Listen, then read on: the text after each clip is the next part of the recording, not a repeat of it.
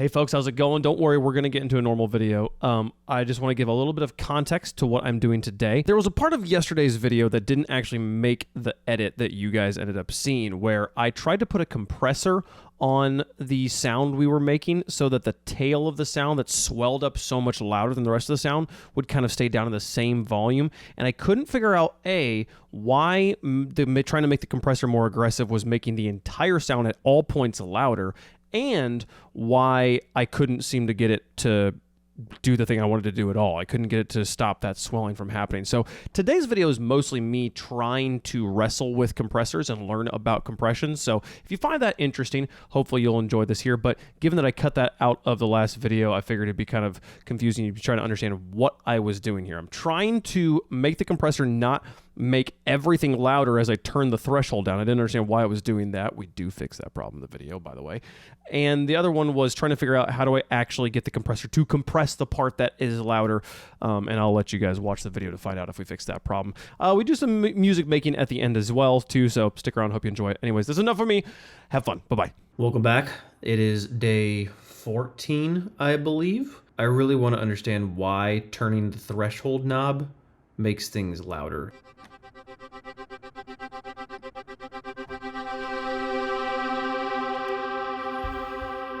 It definitely compresses more, but it's louder. Why?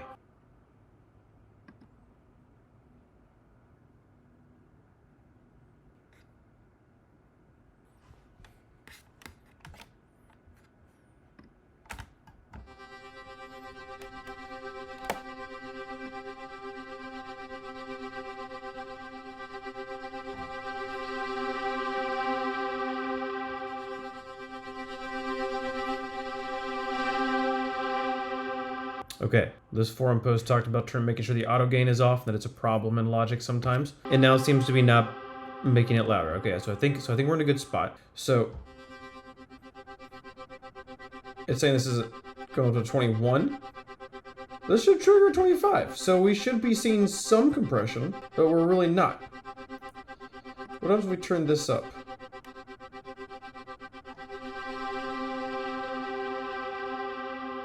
Interesting. Do you hear just a little bit, maybe it's getting lost on YouTube, but do you hear just a little bit of distortion that happens at the top when the limiter is put to 30 like this? With the knee at a ratio of 30 to 1, basically for every 1 decibel that it's going, that the sound is increasing over the threshold, it's knocking it down 30 times less or something like that. Like, it's basically just like flattening it out. And that's putting some really aggressive, the sound really does swell pretty aggressively. It goes from, you can see it down there, kind of 21, 24 here. And then when I lift off, it shoots up. So it's having to knock all that down.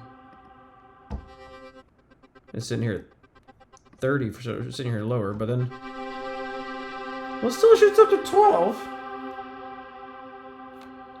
It might be the attack and release here. Maybe if we turn these down, because it is such a chicka chicka chicka chicka, but I don't think so.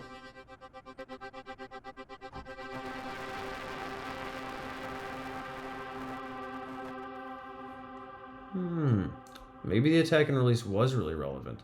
Let's see. So let's just turn this back to like normal. It's saying this is coming in at -25. We're set at -25. So every once in a while it pops over that. If I turn this down just a little bit.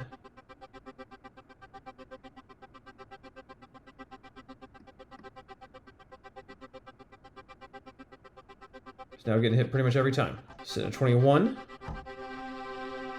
Sitting at 17. It's much more reasonable. There is a lot of distortion though. You can hear it crackling as it's being pushed down really hard. Give it just like a little bit of attack.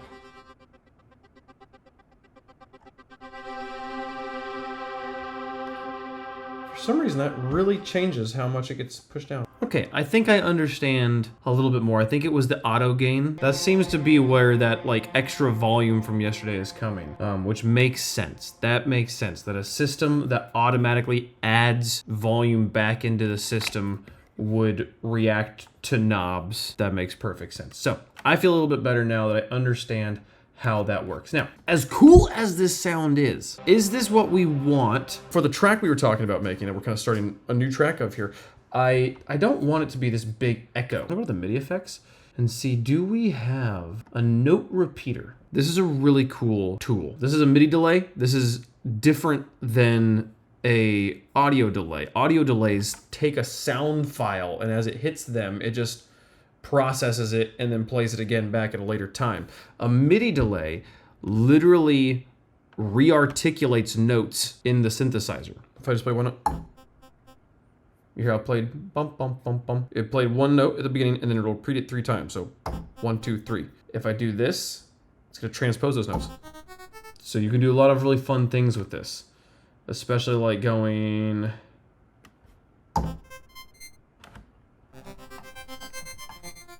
It's great. It's cool how much it feels like there's actually like a delay when all that's happening is MIDI notes being replayed at lower velocities at an interval, and there's a tremolo. We don't even have an actual delay effect on the channel. One thing I do think I'm going to do is I'm going to actually turn it so much louder.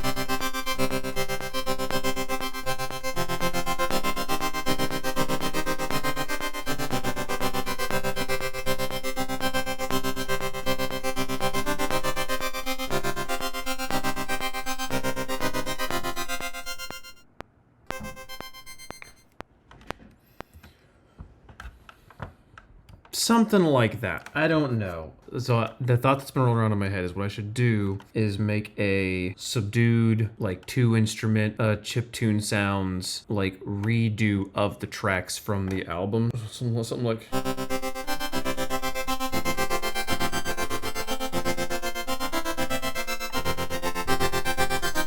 Something like that, you know? And then maybe kind of have like a lead melody over the top of it that's helping kind of anchor it down. Make it a little bit more obvious what's going on. I think we're in a good place though with this instrument for this particular use case. I'm happy with understanding the compressor today, as well as getting kind of an idea down of what I might do with this sound.